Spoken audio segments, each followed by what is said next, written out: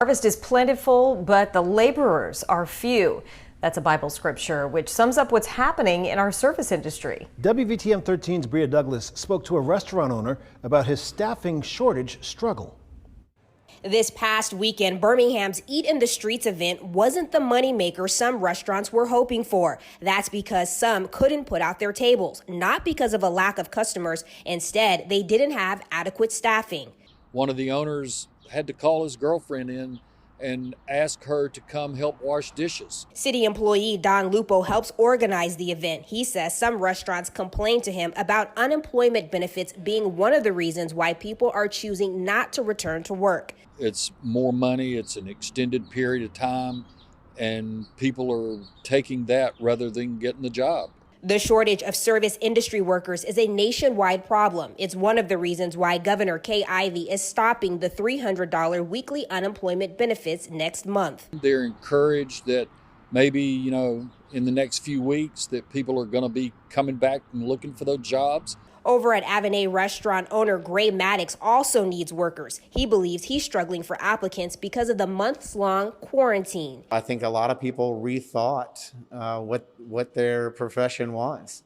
And so that is certainly a large percentage of the pool that's been taken out. As an incentive to get people to work here, the owner says he'll consider applicants with no prior experience. Do we want more people? Absolutely. It's been tremendously trying. In Birmingham, Bria Douglas, WVTM 13.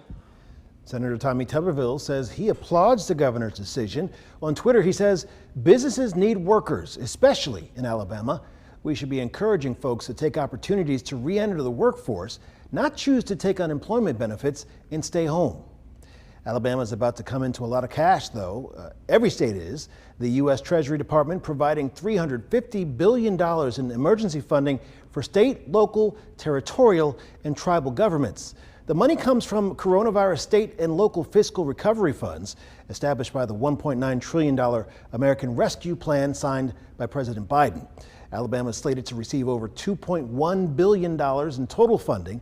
That breaks down to over $356 million directly to the state, over $900 million collectively to the counties, with Jefferson County's portion the most in the state at almost $128 million.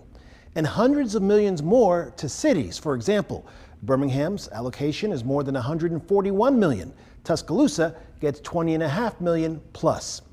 The money is intended to support urgent COVID-19 response efforts, replace lost public sector revenue and jobs, and help with economic stabilization for households and businesses, and address pandemic inequities posed by systemic health and economic challenges. Well, President Biden is still pitching his infrastructure plan as a way to get more Americans back to work. On the table, a more than $2 trillion proposal. We're going to make it clear that anyone collecting unemployment who is offered a suitable job must take the job or lose their unemployment benefits.